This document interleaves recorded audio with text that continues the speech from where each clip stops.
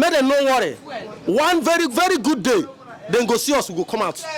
We go come out for street, one very good day. I know they talk and say making sweet. These people should clear the way. Everybody should come out. What nonsense? Everybody should come out. Stop, don't go to market. What are you going to buy? Don't go to work. What are you working for? What are you working for? What are you working for? Everybody should come out. In fact, everything human beings need to survive on, we are lacking it in this country called Nigeria. It's quite unfortunate to find ourselves in this one-chance administration. One-chance administration. It's not renew hope, sir. It's renew hope. Nothing like renew hope from my observation. My children are hungry. School fees is biting. House rent. No. It's a hell.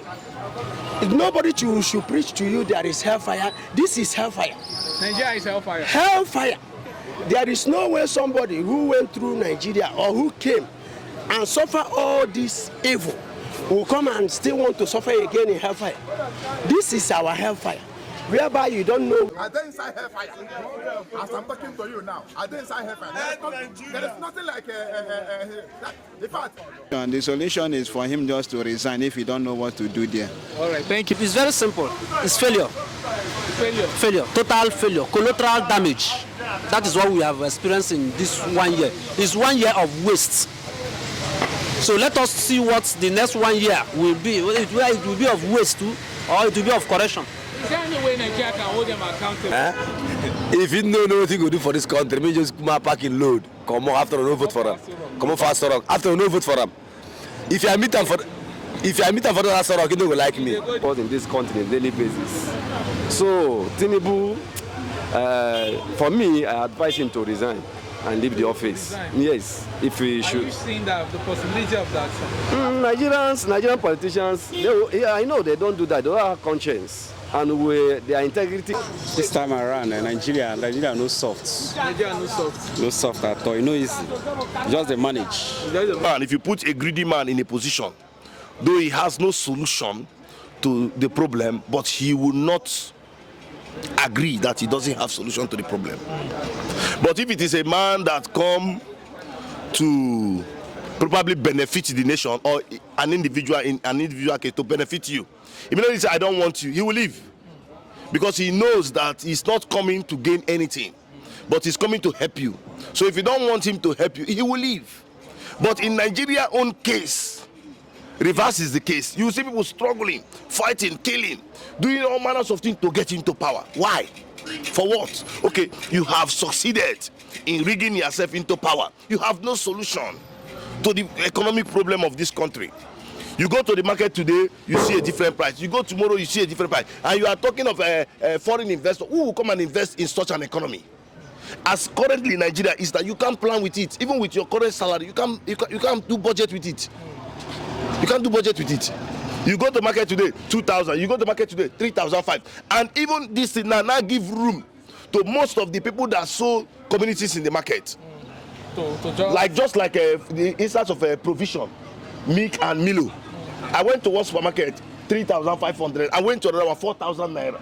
They will just wake up and increase the price. Immediately they hear dollar is like they increase the price. And that is they are scared of yes. Uncertainty. So the only thing that we bring a solution to this problem is that let the military take over. Okay. Because we have seen that every system in Nigeria have failed. We have tested the democracy, we have tested the civilian rules. There is nothing. They have nothing to offer. And I also appeal to the military, if a military wants to take over, let it be people that have a good mind, people that have something to offer. Not that military take over, military and somebody will just come and enter and ruin the country more. So for now, I will appeal to the military of Nigeria to take over this government from this civilian, because you can't be a military personnel and the civilian is misruling the people. We don't have a judiciary system again. Everybody has it. Because we have people who are so much in love with their stomach. That is stomach infrastructure. Our politicians are very much inclined with their stomach. You don't blame them. They were born, they are children of the system. They were born in poverty. You understand? Their primary aim is to embezzle, to take charge. You understand? Yes, sir. So you don't blame them when you see these politicians go into power and they begin to mess around with public funds. You don't blame them. Why? Because they are the product of the system. The system, the foundation is a dead foundation. It's our foundational problem now. Yes, we are not meant to be the same. We are not the same. We are not compatible. So we should, what you're saying, Nigeria should be divided. You don't see the other man, Nnamdi Kanu, you didn't see him in court. These are men I value. I value men of competence, men of necessity, men of honor, hero. These are men I value. Somebody will tell you this is white, he will stand for it, even in death. That man has proven to me beyond human comprehension that he is really the Messiah, because he came and said, I'm coming to die for my people, and he stood his ground because he saw the foundation upon which Nigeria is built, and he said we will not remain like this. It's not being an Igbo man is the situation. The situation is that you as an Hausa man, how do you want to enhance your destiny in this perpetual bondage, in this system of corruption? Last one, sir. What do you think will pave way out of this current situation? Total dissolution of this country will pave way. This man, he has stolen me because he's a man of capability. He said, Nigeria, if you have not gotten your Somalia visa, you should go and do so. Because someday, Somalia will be better than Nigeria. And me, I don't need to go far to tell you that Somalia is one of the worst countries in Nigeria. It's a place that is not conducive for human habitation. You understand? And now, Nigeria is going forth, path to destruction of this Somalian of a country. If Somalian now, this man said, if you have not gotten the visa, I'm looking for a Somalian visa. You have to go to Somalia. I'm telling you. But it's ECOWAS now you can. My brother, I have to, because I have to go there. It's not just an immigrant. I'm going there with a passport. Right. I will not just barge into some people. I'm looking for, if you have one, connect me. All right. I want to leave this country. It's a hell of a country. All right, thank you. Are you proud to be a Nigerian? I want to ask you, as a journalist, are you proud to be a Nigerian? I don't want to say that. You have to ask me. You have asked me, I've responded. Tell me, are you proud to be a Nigerian? Being patriotic, but things will get better. Things will get better on what aspect? What aspect will things get better? Are you industrializing the country? Is there any factory? Are you producing? And you are among those praying that Nigeria will get better? Are you among those praying that Nigeria will get better? We are hopeful, sir. We must wake up from our illusion. We are used of Nigeria. Revolution is the only thing. We wake up, march down the streets. We shouldn't keep on because of limitation, of hunger. Do you know why they put you into perpetual hunger? Yes. So that you will not protest, so that you will not make noise, so that you will not, ask why. Because when you are hungry, you always feel shy. But when you have eaten, just like me this morning, you will be bold. The country, if really we want Nigeria to work, then we must make it work.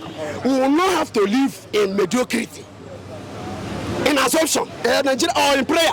So you say it hurts me when somebody say Nigeria will be better. How do you want Nigeria to be better? You have to pray. It's madness. This poverty, the weaponized poverty to frustrate the masses. That is this ideology they took from their colonial master, the British. That's their weapon. If you want to bring somebody into subjugation, you want to bring somebody or group of people into control, what you do is to affect hunger. Affect hunger is a very dangerous weapon.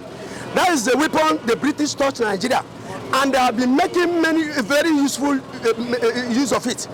During the Biafra War, that was it. They had to have a lot of blockage. In that of Cameroon, there was no food coming. Nigeria would not have won Biafra, the Biafra War, if there were constant supply of food in the Biafra soil. Let me tell you something. Scholars will not want to tell you, but it's reality. You don't need to go to school to know this.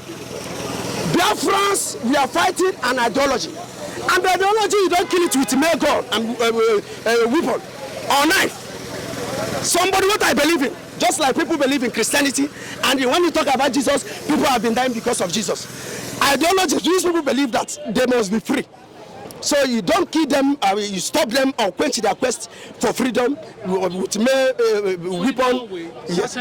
So come to fruition. That is it. So the only way is dialogue. But we have crossed that Rubicon. The bridge will cross it. We are not. The Nigerian government cannot engage these people in dialogue again. So the outright way to freedom is the path these people have took. You understand? Yeah. And it will materialize. I saw that very young man in the courtroom last week. It gave me motivation. In as much as people who he is fighting for has kept deaf ear to the struggle. But this man said, you are the one that will betray me. For me, leave about me. I have come for this free. That is why I was born. The day my father used my mother and they conceived me, the purpose of my conception was for Biafra to come. And at that, he has stood. That is people you reckon with. People who will honor. People who will tell you something in the morning and he stands. Yes, that very man. I have not seen it. There is not like him in Nigeria. We call it Tinubu, you know the promises he made to us. Yes. It's not sudden. This thing that is happening to us is not sudden to us. He told us that there is Sabado, there is this Ewa, and we will eat. That he will employ 50 million youths into the army. There is no. How does it feel, sir? Nothing to write home about. Things are very difficult, not even difficult, very hard. Situation is very hard. Situation, mostly my own side, is very critical. It's very, very hard for people to survive now, but by God's grace, we are surviving. Even though God is living, I want to know what will have been the outcome of our situation now. Feeding is very difficult. Even as I'm speaking with you now, I know how I'm feeling. But it's not wise to discuss your status for publicly. Yes. Things are very tough. Very, very tough. So the problem is it the president that is the problem, or you feel people they blame president? Is it people the state government self get hand in this thing where people they do? Yes, actually, the president, right for the first day of speaking, that day he removes petroleum subsidy. So that day we begin to experience hardship. So I don't know actually the problem, but we know the situation is coming from the president. Most of the things that is happening is very problem. So